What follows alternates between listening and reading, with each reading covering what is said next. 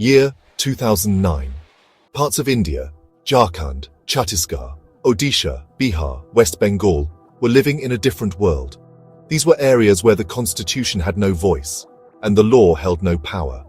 Instead, there was only one rule: the rule of the Naxals. Villages lived under the shadow of guns, explosions, and red flags. Every month, a government officer would be killed, a police outpost would be blown up, and the rest of the country stayed silent. But then, in the heart of Delhi, a secret decision was made. A mission was planned. A mission that would shake the very roots of the Naxal movement. The codename, Operation Green Hunt. India's intelligence bureau had alarming reports. The Naxals had rocket launchers, Alaska, 47S, and even foreign training. They had carved out a red corridor, a stretch of land that could tear the country in two. Senior officers feared, if we don't act now, Naxals might even reach the capital. The 11th of September 2009, inside a closed room in Delhi, top security officers, Ministry of Home Affairs officials, and army representatives sat down. The meeting lasted 6 hours. And finally, one decision was made. This is an all-out war. To keep the mission secret, they named it Green Hunt. Because the battle would take place in jungles, among trees, whispers of leaves, death, and duty hiding together. More than 50,000 soldiers were selected. From BSF, CRPF, ITBP, and most importantly, CoBRA Commando Battalion for resolute action. These were warriors trained to hunt enemies hidden in dense forests, strike with silence, and fight without fame. There were no cameras on their faces, no medals on their uniforms, only one mission: eliminate the enemy within India. Across all Naxal-affected districts, soldiers were deployed, wearing plain uniforms, carrying nameless bags. They packed guns, GPS, drones, and medicines. Every soldier knew, bullets will fly, and maybe we won't return. But they marched on, to fight India's quietest war. The 11th of November, 2009. The date remained the same, but India's most intense internal war had just begun. This time it wasn't about Pakistan, China, or border threats. This was a war against enemies within.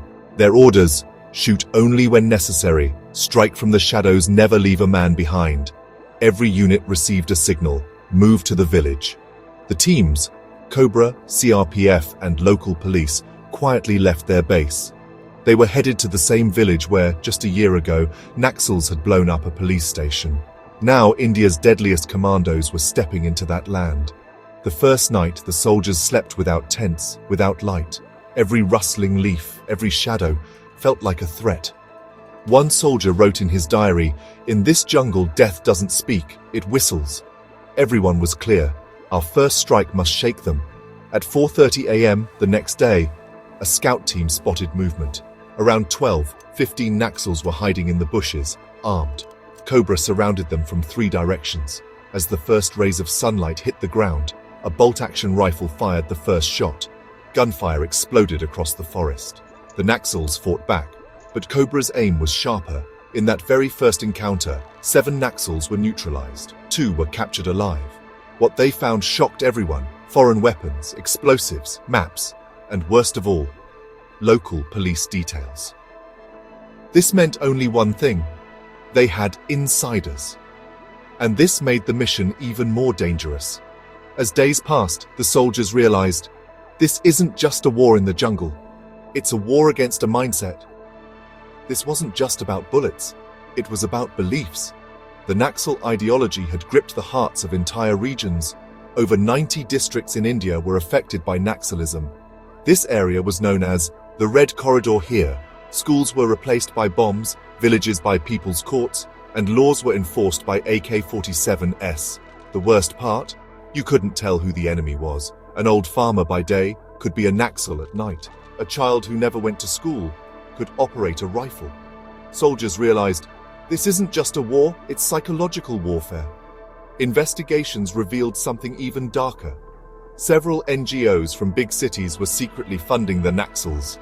Fake IDs, foreign money, and corrupt local officers were giving them guns, medicines, and intelligence. This red corridor wasn't just a jungle. It had become a full system. But the worst sufferers were the common villagers. Caught between Naxal threats and military suspicion, many innocents were trapped. Some children fled homes, some elders just prayed for peace. One old farmer's last words were, "We were just farming. Don't know when this war entered our homes." Now the jungle echoed, not just with gunfire, but with distrust. The scariest thing wasn't the enemy. It was a fellow soldier who might be a traitor. As the operation progressed, CRPF and CoBRA made a terrifying discovery. The Naxals knew every move in advance. Someone was leaking information. It could be the local guide, the interpreter, or even a soldier. And yes, one soldier was found to be a planted mole. He had leaked 4 camp locations, movement plans of an entire platoon. He was caught just in time. One day, CoBRA received intelligence. A Naxal meeting was underway in a village. They walked 30 kilometers to reach there, but found nothing. Just empty houses, a few vessels, and a radio playing, "Come if you dare, we are waiting." Suddenly, bullets flew from all sides. It was a trap. 2 soldiers were martyred, 4 injured. But CoBRA fought back and eliminated 8 Naxals. After this, the strategy changed. No more trusting locals. Now, drone surveillance, snipers, thermal night vision, and most importantly, trust only the team. Winning a war isn't easy, but being a soldier is harder. A few weeks into Operation Green Hunt, fatigue, fear, and grief began to shadow every camp. Every bullet was a heartbeat. Before sleeping, soldiers would look at photos of their mothers, wives, children, and wonder, "Will I see another morning?" One soldier's unsent letter to his son read, "Papa is in the jungle, son, but don't be afraid. We are fighting for you, so that you can play freely, without fear." That letter never reached, because that soldier was martyred in week 4.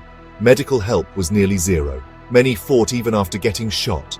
One officer was hit in the shoulder, yet he led his unit for 2 more kilometers. While being airlifted out, he just said, "Don't let my absence weaken the mission." When the body of a martyred soldier reached his village, the entire village came out to pay respects. His mother said, "I'm not sad. My son died for Bharat Mata." That gave meaning to every bullet fired after. As soldiers advanced, Naxals retaliated fiercely. They planted IEDs, ambushed teams, and killed police informers. This war had moved beyond weapons. It was now a test of humanity. By 2011, 2 years had passed since the launch of Operation Green Hunt. Hundreds of encounters, dozens of missions. But one question still echoed. Did we completely end Naxalism? Or is this just another chapter in the never-ending book of India's hidden war? Operation Green Hunt. By the numbers, 500 plus encounters, 3,000 plus Naxals killed or arrested. Hundreds of IEDs diffused, Red Corridor influence reduced in 60 plus districts. But most importantly, the common people started trusting the government again. Like every war, this one too had its critics. Human rights groups claimed innocents were trapped. Some journalists wrote, "This war was more political than military." And the toughest question remained, can ideology be defeated with bullets? But when you visit those villages in 2020, where red flags once ruled, now there are schools, roads, and books instead of guns. That's the sign. Wars aren't won by bullets alone. They are won by development. Even today, soldiers stand guard in those forests.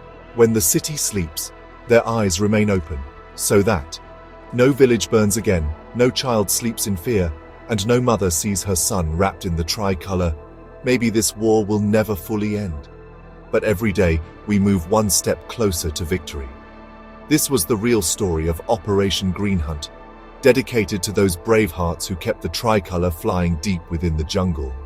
If this story moved you, like the video, share with your friends, and don't forget to subscribe for more stories of courage and sacrifice. Tell us in the comments, what story do you want next? Jai Hind.